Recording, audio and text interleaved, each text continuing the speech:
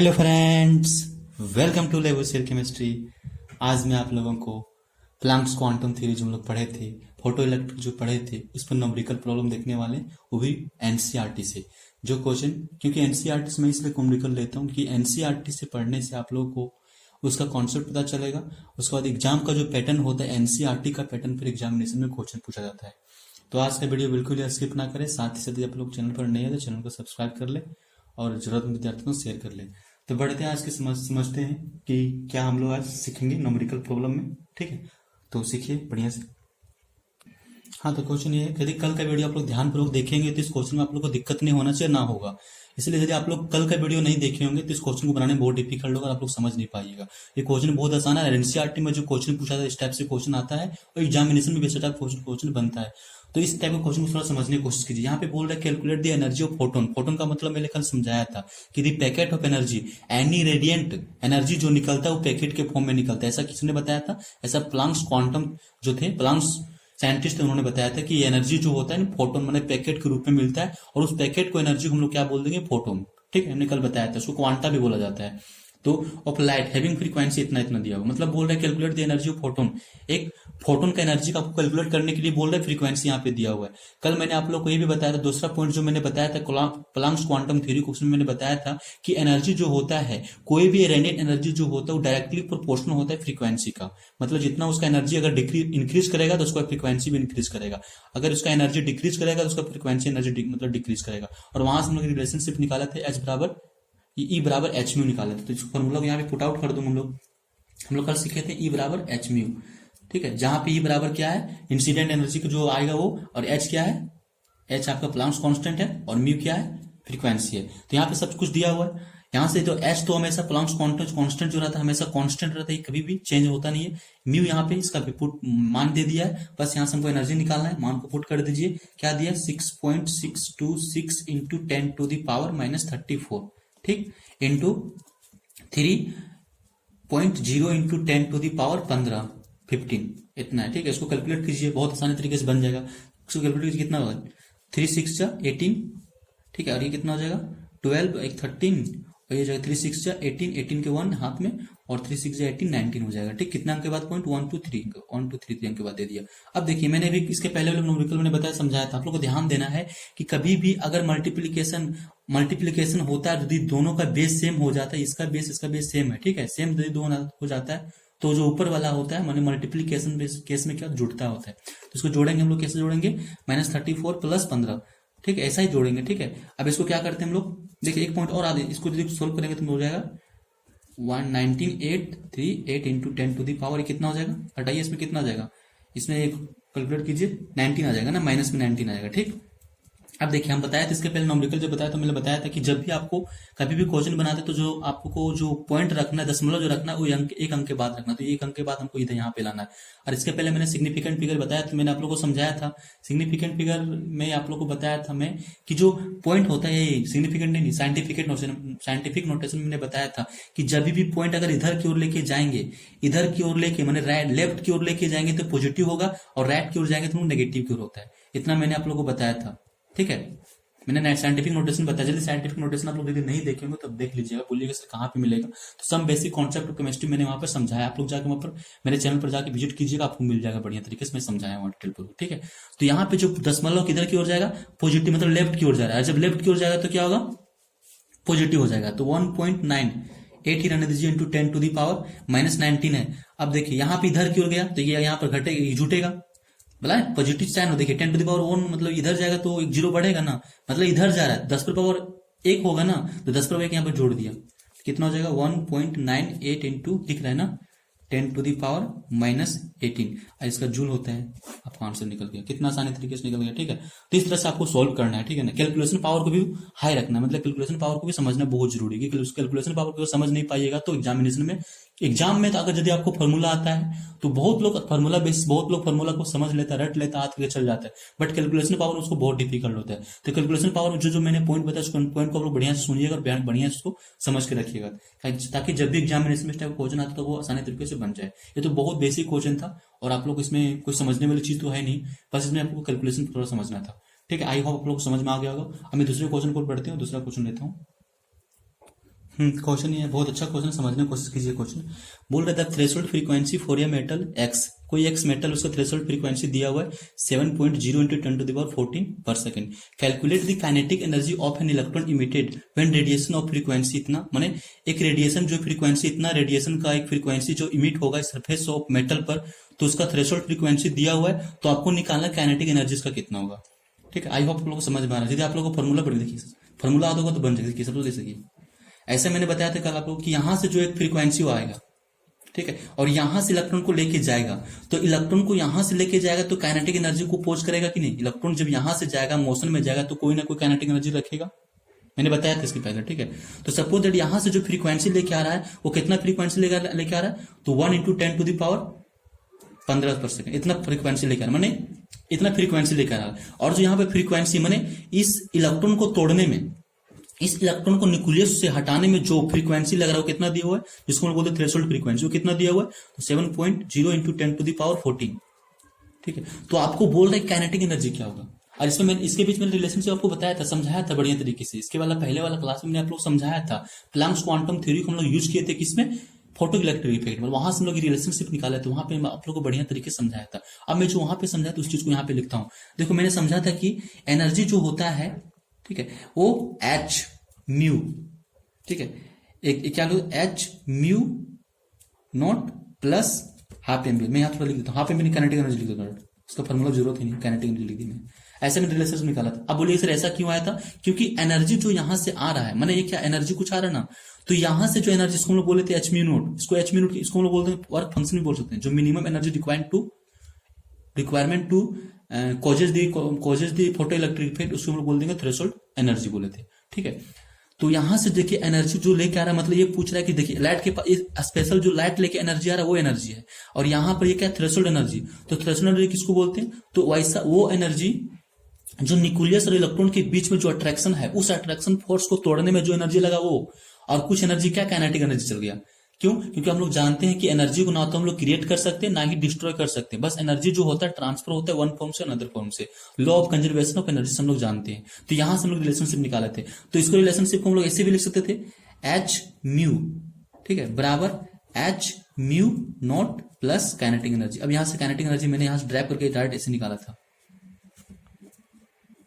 H mu minus H mu not, ऐसा कुछ निकलेगा, और बराबर हो जाएगा ऐसा कुछ निकलेगा, mu naught minus mu, sorry mu यहाँ पर नहीं, बराबर होना चाहिए, म्यू ऐसा लिखते हैं यहाँ पे, H mu minus mu naught, ऐसा कुछ ड्राइव होगा, फॉर्मूला ऐसे निकलेगा। ठीक है, अभी फॉर्मूला प्रमाण को पुट कर दिया, काइनेटिक एनर्जी निकल जाएगा, सब कुछ तो हमको दिया हुआ है।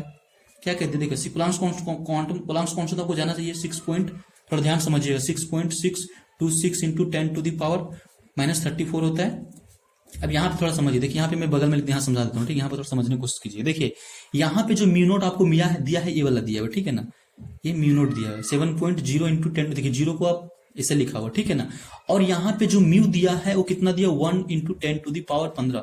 और मैंने ये भी बताया था कि जो आपका जो फ्रीक्वेंसी होगा, लाइट का जो फ्रीक्वेंसी होगा वो हमेशा बड़ा होना चाहिए किससे, थ्रेशोल्ड फ्रीक्वेंसी से। बट यहाँ पे बोलिएगा सर ऐसा तो नहीं है, क्यों, क्योंकि यहाँ पे 7 है, यहाँ पे 1 है, तो क्या करेंगे, ऐसा हो सकता है सर, तो बोलेंगे नहीं, आपको देखना है पावर किसके पास ज्यादा। देखिए पावर इसके पास कितना है 15, इसके पास कितना 14, तो बड़ा कौन हुआ, 15 वाला बड़ा हो गया। तो मैं क्या करता हूं, इससे एक को जीरो यहाँ पे ले लेता हूं, तो एक जीरो लेंगे तो कितना हो जाएगा, mu naught, sorry mu naught ये हुआ, म्यू नोट नहीं है, कितना हो जाएगा, म्यू बराबर 10 इंटू 10⁻14 हो जाएगा कि नहीं होगा, देखिए, और म्यू नोट यहां से कितना आ गया, 7 इंटू 10⁻14, देखिए दोनों बराबर हो गया, बड़ा हो गया कि नहीं बड़ा हुआ। अब इसको यहाँ पे घटा दीजिए, कितना आएगा, 3 आएगा, 3 इंटू 10⁻14। अब इसको यहाँ से गुना कर दीजिए, कितना, 6 × 18 और 3 दूनी 6, 7, 6 × 18 और 6 × 18 19 इंटू 10⁻, इसको जोड़िए कितना होगा, -20 होगा। इसको घटाइए, मैंने बस समझाया ना अभी मैंने आप लोगों को समझाया कि ये जो होता है 14 और माइनस दोनों, यदि दोनों का बेस सेम होता है तो हम लोग उसमें क्या करते हैं, जोड़ते हैं, अल्टी मल्टीप्लीकेशन रहेगा तब। तो मैंने यहाँ पर जोड़ दिया, जोड़ने पर कितना -20 आ गया। अब क्या मैंने आप लोगों को एक चीज और समझाया था कि कभी भी न्यूमेरिकल को आप लोग सोल्व करते हैं तो एक अंक के बाद दशमलव शो करना है। अब हम दशमलव कहां से लाए, इधर की ओर लेके जाए, तो इधर की लेफ्ट की ओर लेके जाएंगे तो क्या होगा, पॉजिटिव हो जाएगा पावर, और जब पॉजिटिव हो जाएगा पावर तो यहाँ पर क्या आ जाएगा, 10⁻−19, क्योंकि एक यहाँ से घटेगा तो क्या हो जाएगा, जूल, काइनेटिक एनर्जी जूल में होता है ना, तो ये आपका आंसर हो जाएगा। आई होप आप लोगों को समझ में आ गया बढ़िया तरीके से। इस तरह से आपको क्वेश्चन को सॉल्व करना है। ये थ्रेशोल्ड फ्रीक्वेंसी बहुत अच्छा क्वेश्चन था, आप लोगों को समझना चाहिए सब क्वेश्चन को, ठीक है।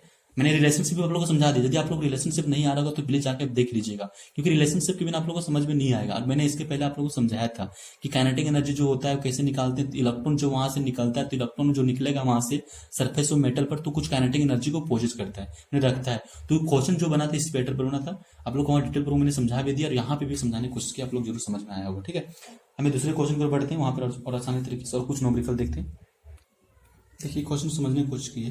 बोल रहा है find energy of each photon which have wavelength of 0.5 angstrom at corresponded to light of, मतलब यहाँ पे आपको देखिए एक क्वेश्चन है, आपको दोनों में एनर्जी निकालने के लिए बोला है, एनर्जी फोटोन निकालने के लिए बोल रहा है। एक में आपको क्या वेवलेंथ दिया हुआ है और दूसरा में लाइट का फ्रीक्वेंसी दिया हुआ है। मतलब एक में आपको वेवलेंथ से निकालना है और एक में आपको फ्रीक्वेंसी निकालना है। इसके पहले वाले वीडियो में मैंने आप लोगों को बढ़िया तरीके से समझाया कि वहां से फ्रीक्वेंसी से हम लोग क्या वेवलेंथ में निकाले थे। और जब मैं आप लोग इलेक्ट्रोमैग्नेटिक रेडिएशन बताया तो वहां पे मैं बताया था कि वेवलेंथ और फ्रीक्वेंसी में इनवर्सली प्रोपोर्शनल होता है। ठीक है, डायरेक्टली इनवर्सली प्रोपोर्शनल होता है। तो मैंने वहां से समझाया था कि म्यू इनवर्सली प्रोपोर्शनल टू 1/λ, यानी म्यू बराबर 1/λ मैंने सीखे थे वहां से। तो उसी चीज को हम यहाँ पे यूज करेंगे। ठीक है, सबसे पहले मैंने आप लोग बताया था ऐसे कि ई बराबर जो होता है एच म्यू, ये होता है ना, इससे तो आप लोग दूसरा वाला क्वेश्चन सॉल्व कर दीजिएगा। बट इसमें म्यू का फॉर्मूला एक होता है, म्यू बराबर जो होता है, ये म्यू जो होता है C/λ होता है। ऐसा भी मैंने सीखा था इलेक्ट्रोमैग्नेटिक रेडिएशन न्यूमेरिकल भी मैंने समझाया था, और वहां पे मैं आप लोग को रिलेशनशिप बना के दिखलाया था। ठीक है, आई होप आप लोग को समझ में आ रहा होगा बढ़िया तरीके से। ठीक है, थोड़ा समझने की कोशिश कीजिएगा, सब समझ में आ जाएगा। ठीक है, देखिए यहाँ पे तो यहां से ए वाला चीज आ गया। ठीक है, ठीक समझिए थोड़ा बढ़िया से। देखिए अब यहां से क्या हुआ, इसका मान को हम पुट कर देता हूं मैं HC/λ। अब यहां से हमको लैम्बडा रिलेशनशिप, ये दोनों तो कांस्टेंट रहेगा, H और C क्या लाइट स्पीड, लाइट का स्पीड है, और H क्या प्लांक्स कांस्टेंट, दोनों तो इंपॉर्टेंट है, मतलब ये दोनों तो कांस्टेंट है। अब मान को पुट आउट कर दीजिए, 6.626 इंटू 10⁻⁻34 जूल सेकेंड लिखना भी है, लिख भी सकते हैं। और C कितना दिया, 3 इंटू 10⁸ मीटर पर सेकेंड होता है। और उसको डिवाइड किससे करना है, इसको डिवाइड करना है किससे, लैम्बडा। लैम्बडा का मान कितना दिया हो, देखिए लैम्बडा थोड़ा सा दिखाते हैं आप लोग को, लैम्बडा थोड़ा सिखाते हैं, लैम्बडा सिखाते हैं। दिख रहा है, कहां पे दिख रहा है, यहाँ पे ना। देखिए लैम्बडा बराबर जो दिया हुआ है ना 0.5 अंगस्ट्रॉन दिया हुआ है।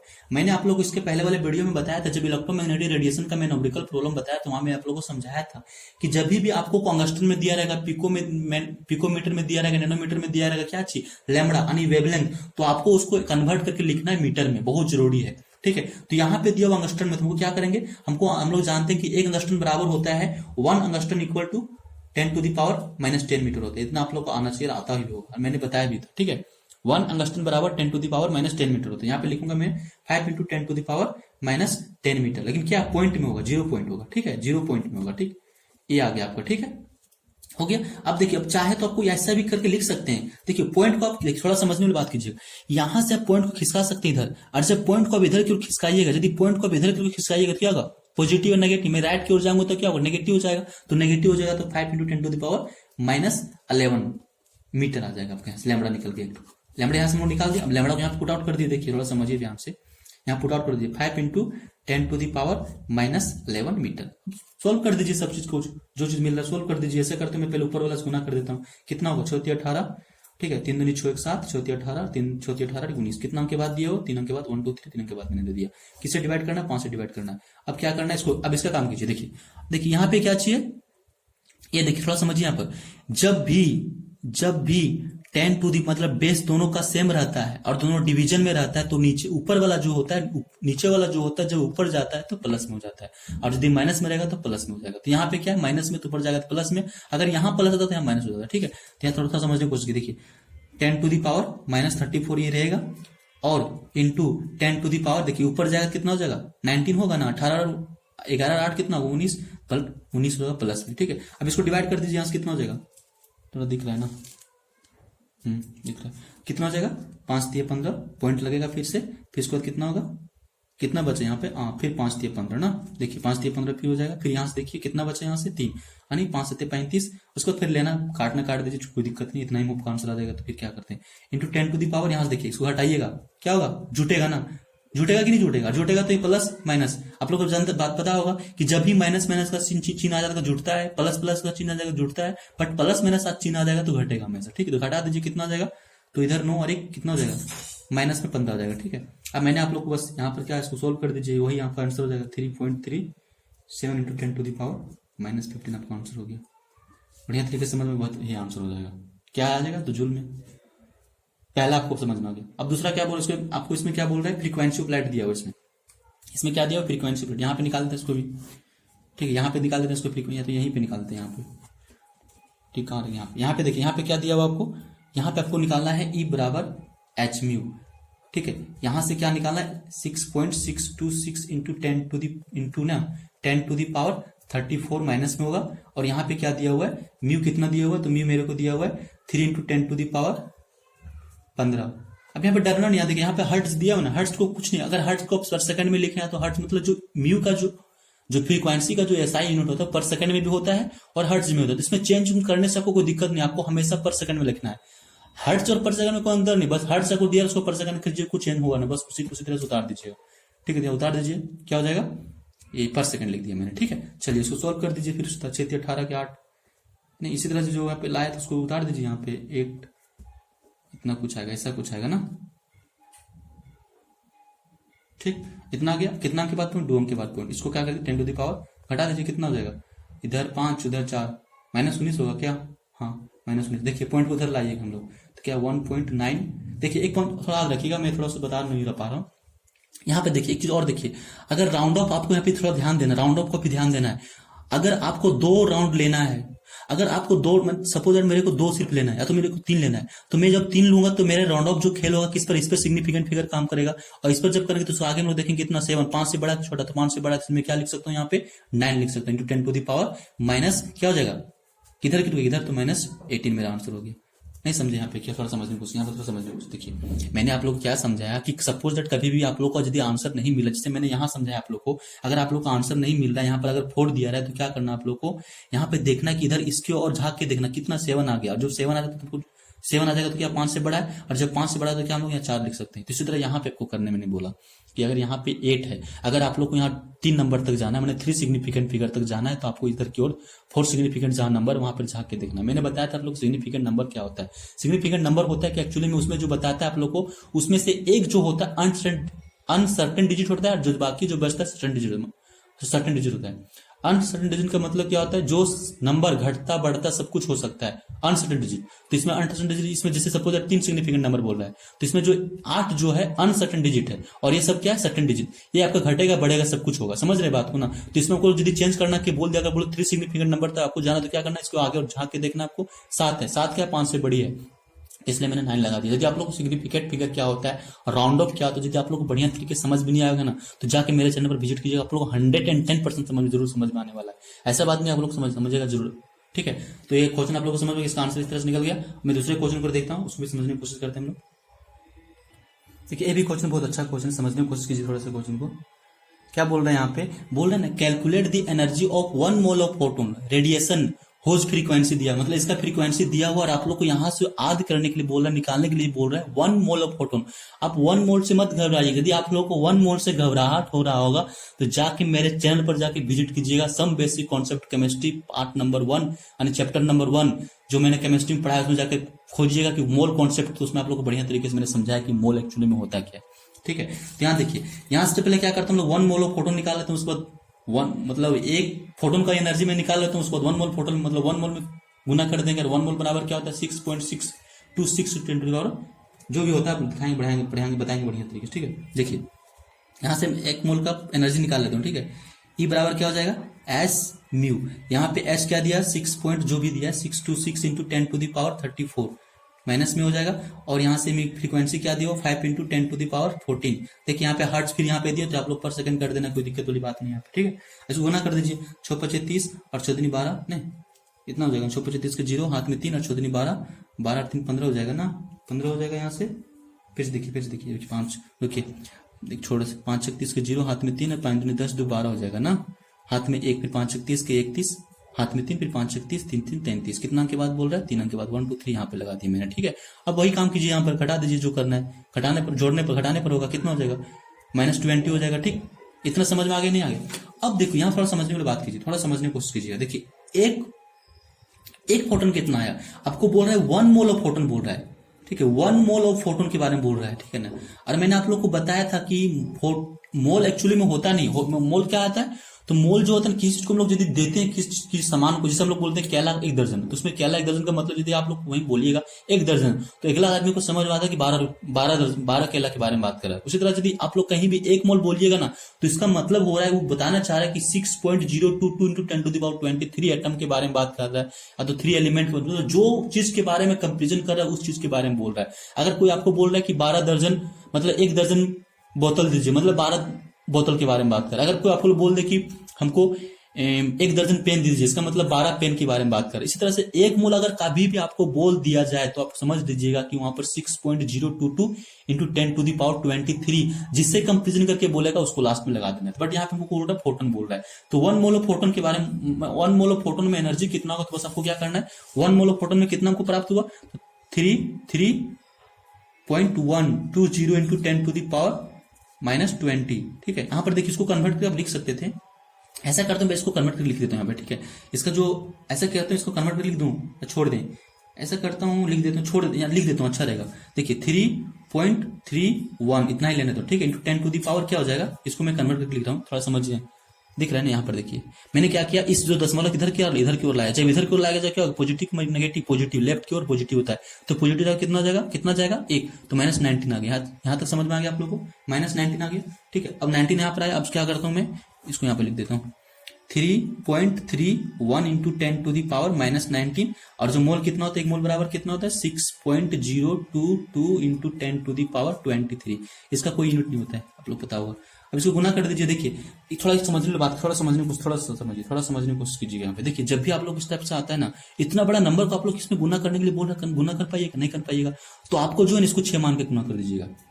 आपको इसको 6 मान लीजिएगा, 7 नहीं 6 मान के गुना, क्योंकि इतना पॉइंट में है, बहुत ज्यादा लंबा हो जाएगा, इसलिए इस टाइप क्वेश्चन जब भी आता है कुछ डायरेक्ट 6 से गुना कर दी, 6 कम 6, 6 × 18 और 6 × 18 19, इतना हो गया। कितना अंक के बाद 2 अंक के बाद लगा दिया मैंने। अब देखिए यहाँ पे इसका काम कीजिए, कितना होगा देखिए, तो -19 to 23 क्या होगा, जुटेगा, जुड़ने पर कितना आएगा, जुड़ेगा तो कितना आएगा, तो घटेगा, सॉरी घटेगा, घटने पर कितना आएगा, घटाइए तो कितना हो जाएगा, इधर आपका 1 -4 आ जाएगा, हाँ +4 आ जाएगा। ठीक, अब +4 आया। अभी आप लोग की बात और याद रखना है कि यहाँ पे यदि हम लोग इसको इधर की ओर घुमाएंगे, ठीक है, अगर इधर की ओर घुमाएंगे तो यहाँ पर क्या इधर की ओर जाएगा, पॉइंट दशमलव, तो 1.98, ठीक है, 6 into 10⁻³ आ जाएगा जूल। ठीक है, इसी को हम लोग कन्वर्ट करके लिख सकते हैं इस तरह से, जगह ही नहीं बचता है, क्या लिख सकते हैं 1.99, देखिए यहाँ पर इसको 9 डायरेक्ट मैंने कर दिया, 8 के बाद क्या 5 से बड़ा, इसलिए 9 मैंने कर दिया, इंटू 10⁻, मत लिखिए, डायरेक्ट लिख दीजिए किलो जूल, क्योंकि 1 किलो बराबर तो 1000, 1 किलो बराबर 1000 ग्राम होता है, इसलिए मैंने 10⁻³ होगा, तो 1 किलो मैंने इसका आंसर इस तरह से निकल गया। आई होप आप लोगों को समझ में आ रहा होगा। तो मैंने आप लोगों को जो भी न्यूमेरिकल बनाया, इस न्यूमेरिकल को आप लोग रिवाइज कीजिएगा, और एनसीईआरटी का तो किसी किताब को लीजिए और वहां थोड़ा समझने की कोशिश कीजिएगा। यदि आप लोगों को समझ में नहीं आता होगा तो फिर मेरा कॉन्सेप्ट जो मैं बताया हूँ उस चीज को फिर से दोबारा देखिएगा, आप लोगों को 100% समझ में आएगा, और उस तरह सारे न्यूमेरिकल को बनाने की कोशिश कीजिएगा, न्यूमेरिकल आप लोग को पूरा बन जाएगा। इसमें कोई दिक्कत वाली बात नहीं, दिक्कत होना भी नहीं चाहिए, अगर ध्यानपूर्वक लोग समझेंगे तो। आज यदि नहीं समझ में आ रहा होगा तो फिर से वीडियो को मतलब चला के देखिएगा, आप लोगों को समझ में जरूर आ जाएगा। सिर्फ आप लोग को ध्यानपूर्वक देखना है, ध्यानपूर्वक देखिएगा तो इतना ही कॉन्सेप्ट में जो मैंने आप लोगों को बताया, उस कॉन्सेप्ट को अगर थ्रू करके मान के बढ़िया तरीके से समझ के लेके चलिएगा तो आप लोग को दिक्कत होने का चांस नहीं बनता, दिक्कत होगा भी नहीं। ठीक है, तो आई होप आप लोग को समझ में आ रहा होगा जो भी न्यूमेरिकल मैंने बताया। ठीक है, आज का वीडियो खत्म करते हैं। वीडियो कैसा लगा कमेंट बॉक्स में करके बताइए, और साथ ही साथ यदि आप लोग चैनल पर नए हैं तो चैनल को सब्सक्राइब कर ले, और जरूर में विद्यार्थी को शेयर कर ले। जय हिंद।